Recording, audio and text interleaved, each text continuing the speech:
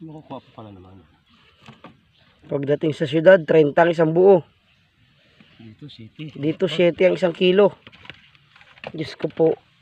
Ayun, kalalaki mo.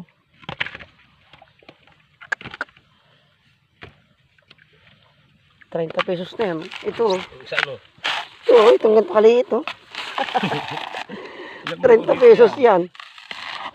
Mariosip.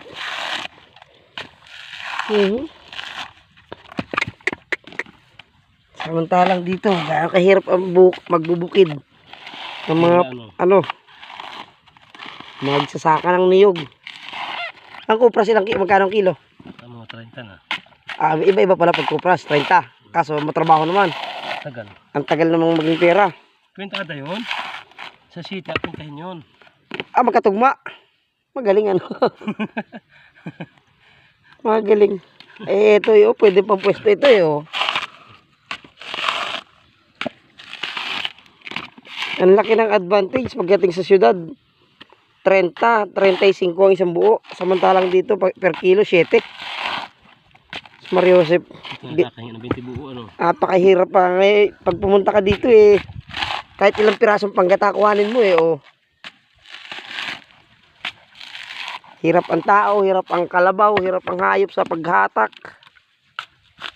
Ito na pag city na. Malaking bagay na dito yung city na yun.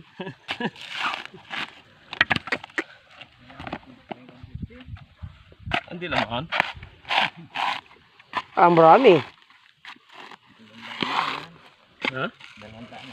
Ay, ito na yun? Ay, konti lang kulang nun? Ilan? Hindi mo binilang?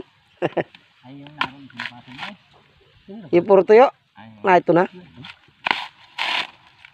Marami pala. Ito, kalating araw trabaho May ano na yan? Pambigas. Malalim na. Adong galing yung kalabaw? Saan? Doon yata. Ay, ay. Ganda paliguan.